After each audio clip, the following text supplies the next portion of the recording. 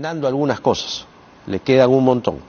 Sobre este revuelo en salud, la situación de salud, vamos a conversar de inmediato con el exministro del sector salud, Óscar Ugarte. Adelante.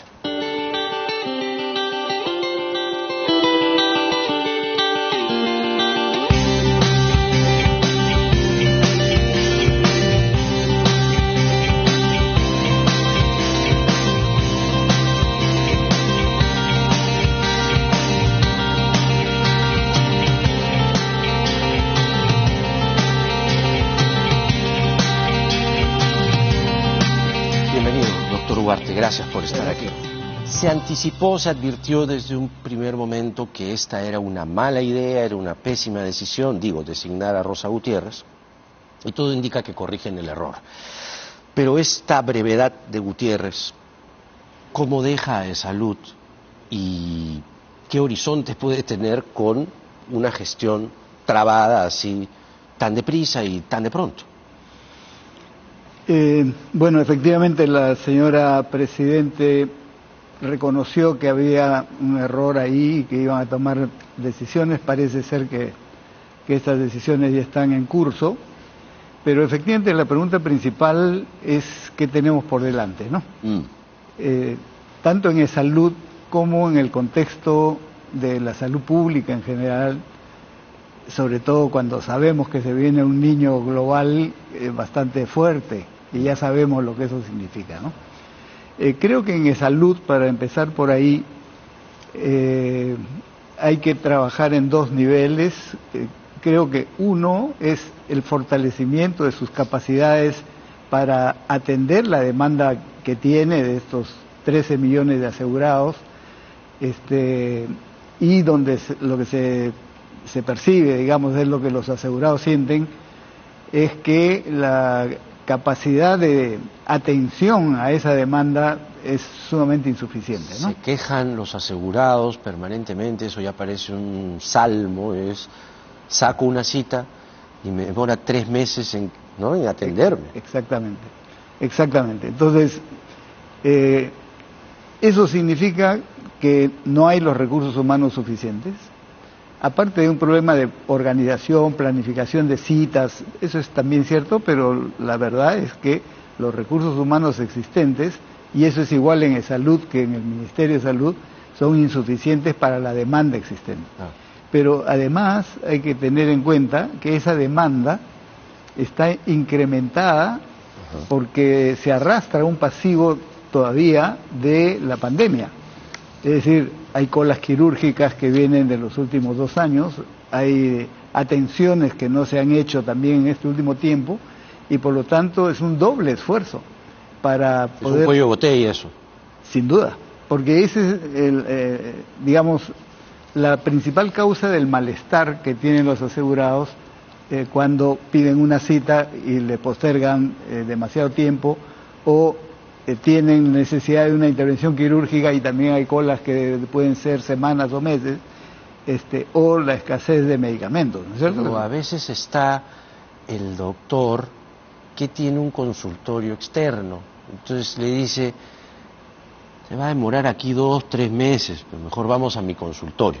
Y eso ya se ha vuelto como un método, ¿no? Bueno, a eso me refería, que hay problemas también de organización, porque todo eso es corregible si es que hay un sistema que controla rigurosamente las programaciones y las actividades del a menos personal. Que no se quiera corregir. ¿Perdón? A menos que no se quiera corregir. A menos que no se quiera corregir. Porque puede ser más beneficioso para el doctor o los doctores atender en sus consultorios. Puede ser, pero me refiero a los directivos, ¿no es cierto? La gerencia, quienes tienen la alta dirección en salud, no veo cómo se pueden beneficiar con ese tipo de... La alta dirección puede decidir tal o cual cosa, pero si los doctores no... Por eso digo, ahí hay problemas ya de gerencia, de manejo, que sin duda es posible hacer, pero creo que hay que señalar también, porque por lo general no se menciona, y mi opinión, no solo por haber estado en salud, yo fui gerente de operaciones en el momento de la pandemia, después como ministro conozco muy bien desde el exterior, pero además soy asegurado de salud. Entonces, ¿Se atiende en esa? yo me atiendo en el seguro, o sea que conozco también, pero conozco también la voluntad de los profesionales, la mayoría de los profesionales, Claro por sí. corregir las cosas, Claro ¿no? sí. Yo le decía esto que es no una traba, esto de los doctores y los Es por consultorios. eso que yo puedo decir algo que nunca he escuchado a nadie, pero que es cierto. Salud, o sea, como institución, pelea contra todo lo que tiene que enfrentar para atender a los pacientes, pero es como un boxeador con una mano amarrada. ¿Por qué? ¿Quién le amarra la mano? O... Empezando. ¿Cuándo se dañó la mano? Se ha acumulado. ¿Le rompieron la mano? Le digo por qué. Hay una auditoría, más que auditoría, es este estudio que ha hecho la propia OIT respecto al Seguro Social, sí, el año 2019. Ajá. ¿Y qué cosa encuentra? Salud le deben plata a Salud. 4.600 millones de soles le deben los empleadores que no le han pagado a Salud en un proceso acumulado. ¿Hace cuánto tiempo? Desde 10, 15 años por lo menos. Ah, sí. Así es. Y todo eso está auditado, ¿eh? O sea, la documentación oficial demuestra 4.600 millones, de los cuales el 65% es deuda privada. O sea, son empresas que tienen personal que está asegurado, pero que no pagó. En la planilla dice allí que te descuento, pero no se lo doy a Salud. Y el problema es que parte de eso, o un porcentaje, eso es parte de lo que tiene que determinarse, de esas empresas, digamos, deudoras, han quebrado. Ya no están. Ya no existen. Ya no existen. ¿Y esa deuda? Ese es parte del problema. Porque hay otro 35% que son empleadores públicos, pero no son los ministerios, eso hay que decirlo claramente, porque sí pagan. Ajá. Aunque pagan menos de lo que debieran pagar, eso lo puedo mencionar. Ese es otro tema, pero hay empresas públicas que no han pagado Salud. Particularmente municipalidades. Mire. Y ese es un 35% de la deuda. ¿Municipalidades de provincia? En general, no podría identificar, pero el estudio actuarial lo tiene perfectamente identificado. Entonces, eso hay que resolver, porque no puede ser, es una institución... Hay que pagar. Hay que pagar. ¿No? Entonces, pero por ejemplo, nadie le cobra. Ahí, por ejemplo, la deuda pública tranquilamente se puede resolver si hay una decisión a nivel del Ministerio de Economía y Finanzas que le descuenta a las municipalidades deudoras y le pagan por armadas a la Seguridad Social, ¿no es cierto? Y en el caso del sector privado hay mecanismos de cobranza coactiva y demás, analizando cada caso, ¿no? Pero yo creo que este es un problema al cual se suma otro que está más en manos del gobierno nacional poder resolver, no solo el gobierno, sino también del Congreso. ¿Cuál es? Se ha hecho una normativa en contra de la cobranza de Salud, y explico en qué sentido. A ver. Todos los empleadores depositan a Salud el 9% de la remuneración del trabajador. De cada trabajador. De cada trabajador. Así es. Y eso se acumula, ¿no es cierto? Pero en el caso del sector público, hay una norma que viene desde el año 2012, me parece, que dice que los trabajadores de educación más los trabajadores de salud, que sumados son la mayoría de la administración pública, el empleador, o sea, el Estado, solo aporta el 9% del 65% de la remuneración, o sea, no del 100% de la remuneración.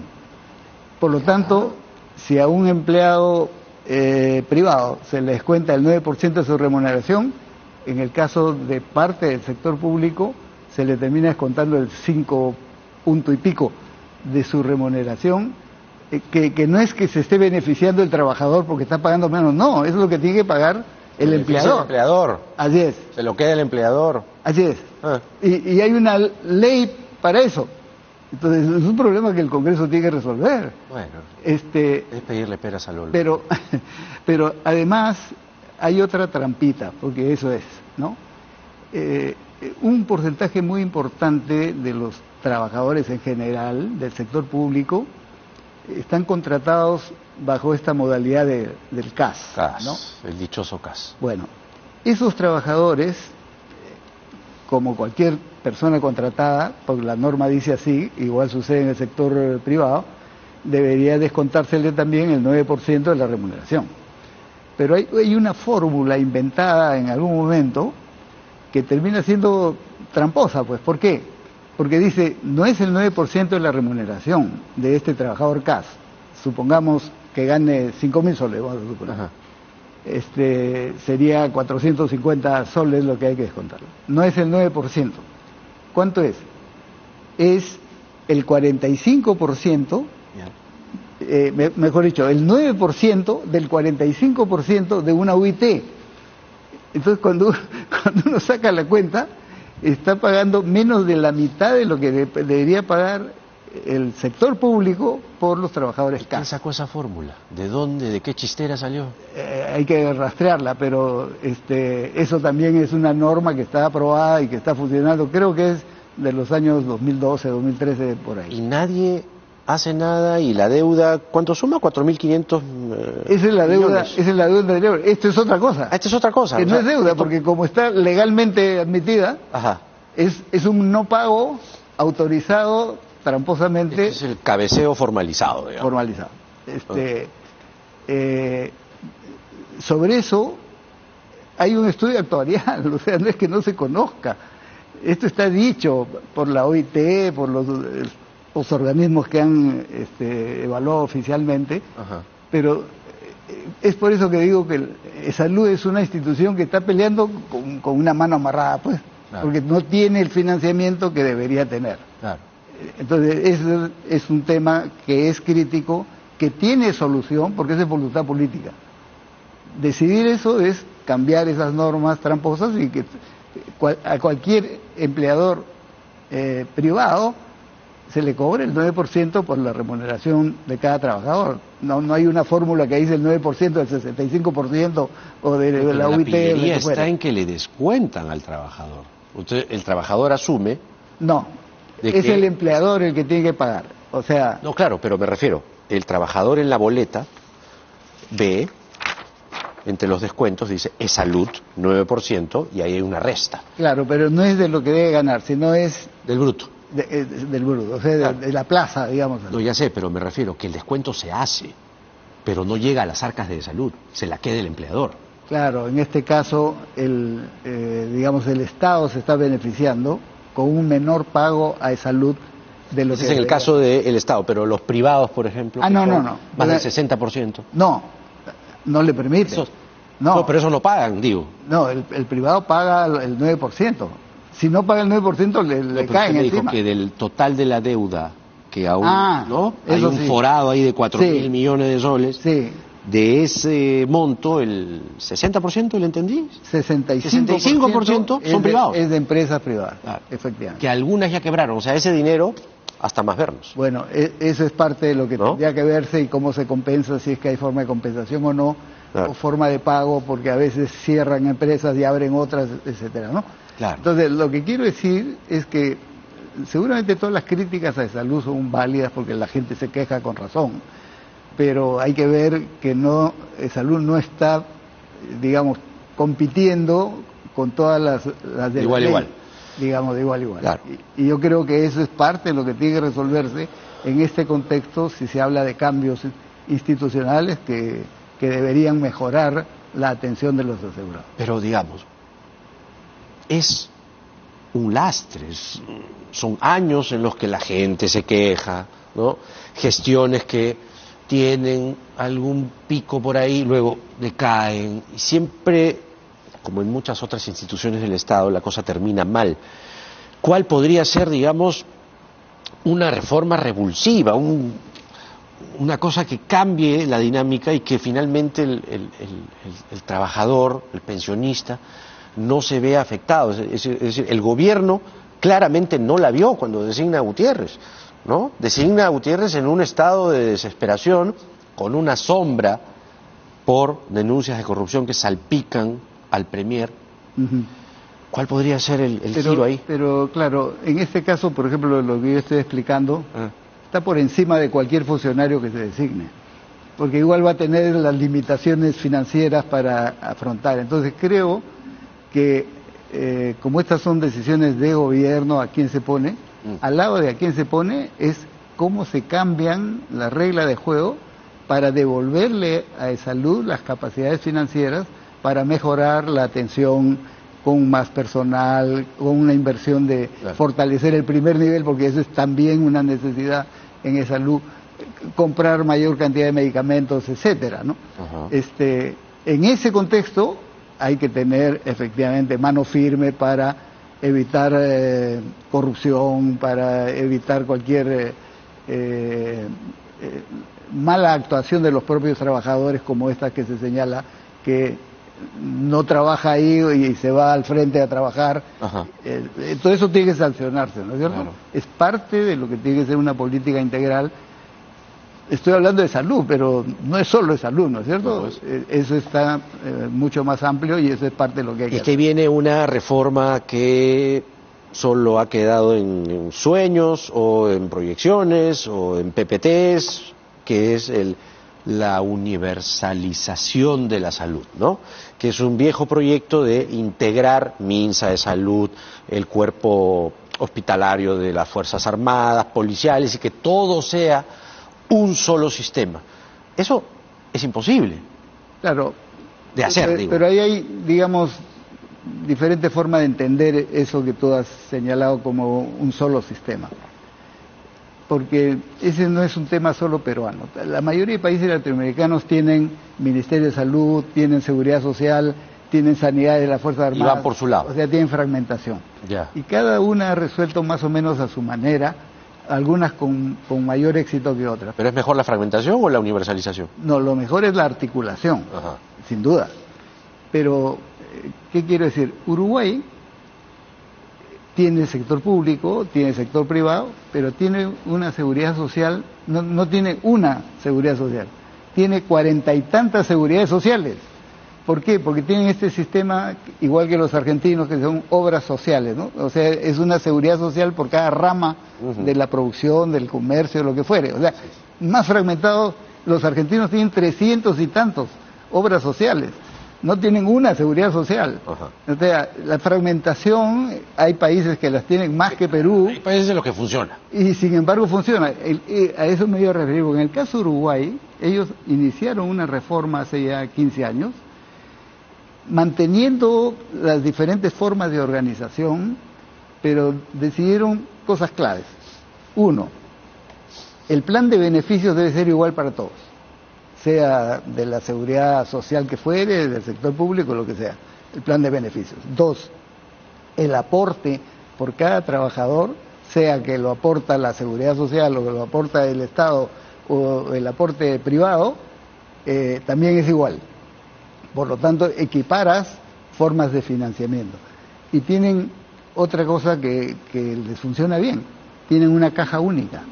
Las instituciones son diferentes, pero el aporte va a una caja que permite compras conjuntas, que permite inversión con un sentido de racionalidad más amplia, ¿no es cierto? Entonces es fragmentado para que la gente se identifique con el sector en el que ha trabajado o trabaja, pero al final es un solo Estado. Exactamente, dándole soporte por eso a sus digo, ciudadanos. hay sistemas articulados aún manteniendo diferentes formas de institucionalidad. Claro. O sea, no es necesario desaparecer todo y juntar todo como podría ser el sistema cubano, digamos. Eso no existe, no es posible tampoco.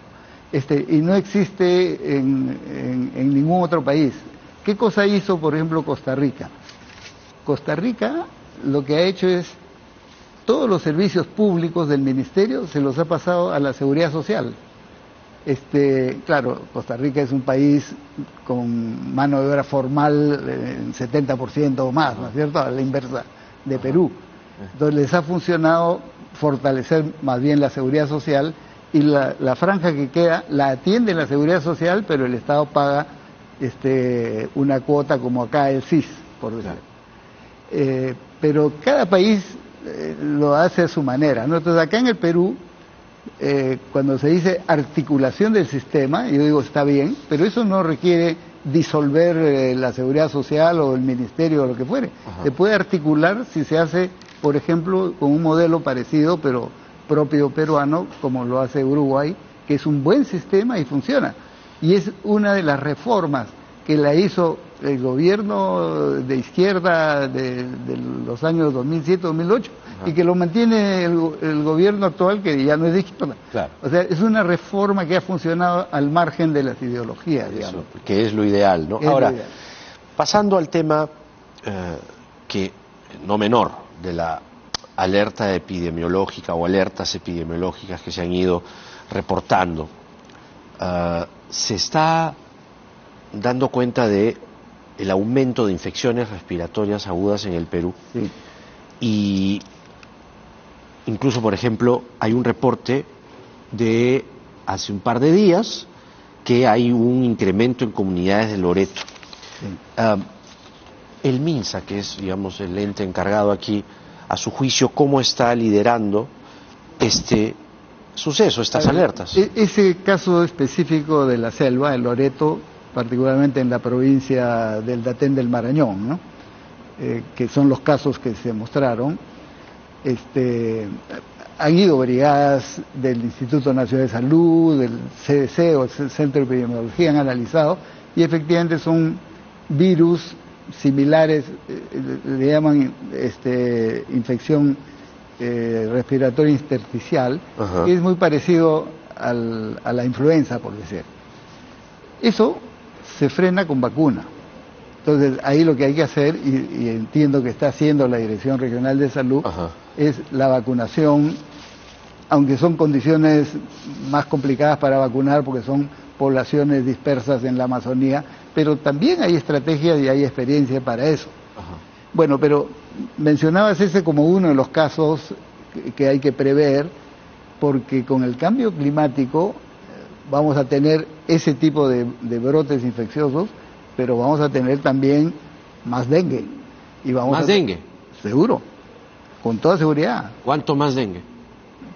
Si no se hacen las acciones de prevención, que es lo indicado actualmente, y que es lo que recomendó esta comisión de expertos que funcionó por Que no hizo la señora un periodo. Gutiérrez. Bueno, ahí el control vectorial es, antes de que aparezcan las plagas, es matar a los insectos.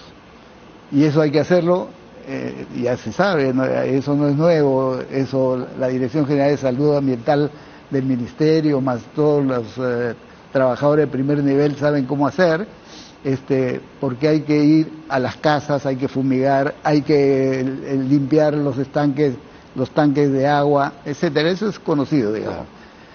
Pero no hay que esperar que venga el niño global y que empiece otra vez una epidemia de dengue para hacerlo. Eso hay que hacerlo ahora. Así como, digamos, descolmatar los ríos, las acequias, hay que hacerlo ahora. Igualito, hay que hacer esa labor de prevención, así como, y yo creo que esto es algo que la comisión de expertos recomendó, porque la vacuna contra el dengue, salud, Gracias. que ha sido reconocida, digamos, a fines del año pasado, y que ya en Estados Unidos, digamos, el sistema ha reconocido, es la vacuna Takeda japonesa, es una buena vacuna. Por lo tanto, hay que prever la compra de esa vacuna para poder prevenir Otra vacunando. vez el problema de las compras de las vacunas, pues. Claro, pero en este caso está previsto que esta empresa va a vender a través de la OPS, o sea, hay un organismo regulador, digamos. Como fue en su momento el COVAX Facility o algo por el estilo. Exactamente. ¿No? Entonces eso puede facilitar, pero esa es otra medida fundamental. Ajá.